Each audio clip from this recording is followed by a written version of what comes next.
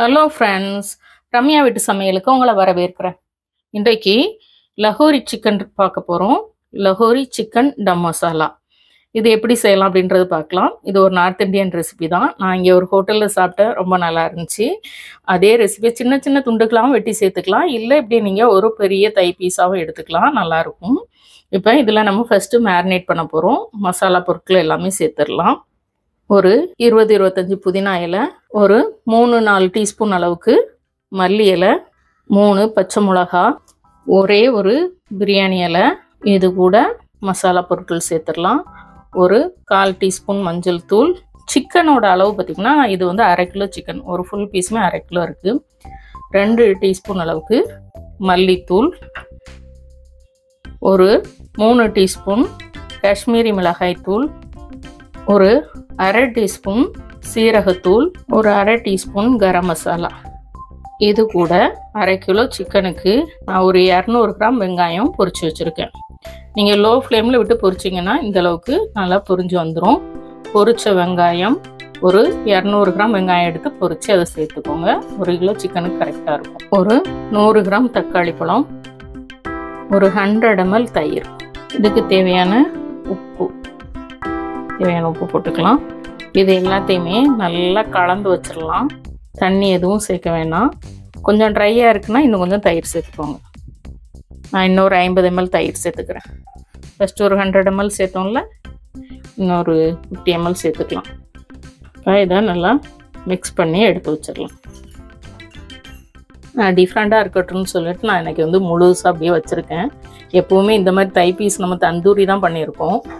இதுவும் கூட அப்படியே பாயில் பண்ணி அப்படியே லைட்டாக ரோஸ்ட் ஆகுறது தான். அதனால் வந்து முழுசாக வச்சா நல்லாயிருக்கும் அப்படின்னு சொல்லிட்டு வச்சுருக்கேன். எப்போவுமே ஒரே ஸ்டைலில் செய்கிறதுக்கு டிஃப்ரெண்ட்டான ஸ்டைலில் நம்ம டேஸ்ட் பண்ணிட்டோம் அப்படின்னா ட்ரை பண்ணி பார்க்கலாம் வீட்டில். நான் எப்பவுமே ஹோட்டலில் ஒரு ரெசிபி ட்ரை பண்ணேன், சாப்பிட்டேன் அப்படின்னா திரும்ப அந்த ரெசிபி வந்து பார்ப்பேன், யூடியூப்பில் பார்ப்பேன்.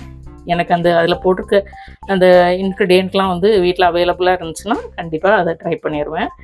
இப்போ இது வந்து நமக்கு வந்து ஒரு 1/2 மணி நேரம் நல்லா மேரினேட் ஆகணும். அந்த தயிரோடு சேர்ந்து அந்த சிக்கன் நல்லா மேரினேட் ஆகணும். அப்படின்னா தான் நல்லா சாஃப்டாக டெண்டராக இருக்கும். நான் மிக்ஸ் பண்ண சிக்கனை வந்து பவுல் மாற்றிட்டேன். இதில் இஞ்சி பூண்டு பேஸ்ட் போட மறந்துட்டேன், அதை போட்டுக்கிறேன். ஒரு 3 டீஸ்பூன் அளவுக்கு இஞ்சி பூண்டு பேஸ்ட் சேர்த்துக்கோங்க. சேர்த்துட்டு இதையும் நல்லா கலந்து விட்டு எடுத்து வச்சிடலாம். முதல்ல போட்டுக்கணும். எல்லா இன்க்ரீடியண்ட்டுமே முதல்ல போட்டுறணும். அதுதான் இந்த ரெசிபியோட ஸ்பெஷாலிட்டி. அப்புறம் கடாயில் அப்படியே சேர்த்துற வேண்டியது. இப்போ திரும்பவும் நம்ம வந்து கடாய் அடுப்பில் வச்சுருக்கோம்.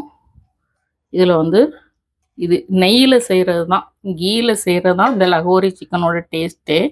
ஒரு 2 டீஸ்பூன் அளவுக்கு நெய் சேர்த்துருக்குறேன். அது கூடவே ஒரு 3-4 டீஸ்பூன் எண்ணெய் சேர்த்துக்கோங்க. ஒரு 4 டீஸ்பூன் வச்சுக்கோங்க எண்ணெய் சேர்த்துருக்குறேன். இப்போ கடாய் சூடாகிற வரைக்கும்லாம் வெயிட் பண்ண வேண்டாம். நம்ம மேரினேட் பண்ணி வச்சுருந்தோம்ல அந்த சிக்கன் மசாலாவை அப்படியே சேர்த்துக்கலாம். சேர்த்துட்டு ஒன்றும் பண்ண வேண்டாம், ஒரு 5 நிமிஷம் சிம்மில் விட்டு மூடி விட்டுருங்க. அதுக்கப்புறம் இடையிடையே கலந்து விட்டுக்கோங்க. ஒரு 20-25 நிமிஷமாவது இது வந்து கடாயில் இருக்கணும். நம்ம கலரி விட்டுக்கிட்டே இருக்கணும். இப்போ மூடி போட்டுடலாம். 5 மினிட்ஸ் கழித்து பார்க்கலாம். 5 மினிட்ஸ் ஆச்சு. நம்ம சிக்கன் அடுப்பில் போட்டு தண்ணி எதுவுமே சேர்க்கலை. ஆரம்பத்துலேருந்து நம்ம தண்ணி எதுவுமே சேர்க்கலை, தயிர் தான் சேர்த்துருந்தோம். இப்போ இது பெரிய பீஸாக இருக்குல்ல, 5 மினிட்ஸ் கழித்து நான் திருப்பி விட போகிறேன். அப்படின்னா தான் 2 பக்கமும் ஈக்குவலாக வந்து வரும். எவ்வளோ தண்ணி நிற்க பாருங்கள். இது எல்லாம் சுருள வதங்கி வரணும். இன்றைக்கு வெஜ்ஜி புலாவும் இந்த லஹோரி சிக்கன் தான் ரம்யா வீட்டு சமையல். இந்த காம்பினேஷனில் நீங்கள் செய்து பாருங்கள். 2 ரெசிபியுமே நான் உங்களுக்கு ஷேர் பண்ணுவேன். லஹோரி சிக்கனும் ஷேர் பண்ணுவேன், வெஜ்ஜி புலாவும் ஷேர் பண்ணுவேன். சூப்பராக இருக்கும். மூடி வச்சுக்கோங்க. மூடி வச்சு வேக விடணும். குட்டி குட்டி பீசஸ்னால் கொஞ்சம் டைம் கம்மியாக தான் எடுக்கும். ஆல்மோஸ்ட் ஒரு 25 நிமிஷம் ஆயிடுச்சு. பாருங்கள், சூப்பராக அப்படியே எண்ணெயெல்லாம் பிரிஞ்சு தக்கன்னு வந்துருச்சு.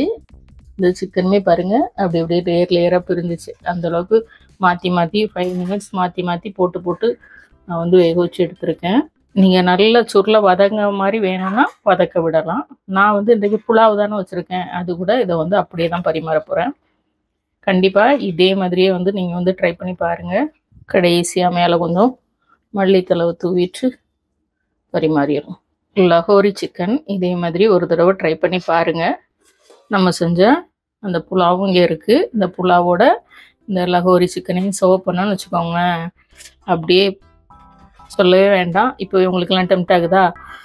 கண்டிப்பாக ட்ரை பண்ணுங்கள். பிடிச்சிருந்தா லைக் பண்ணுங்கள், ஷேர் பண்ணுங்கள், சப்ஸ்கிரைப் பண்ணுங்கள். வீட்டில் சமைச்சு சாப்பிடுங்க, வீணாக்காமல் சாப்பிடுங்க.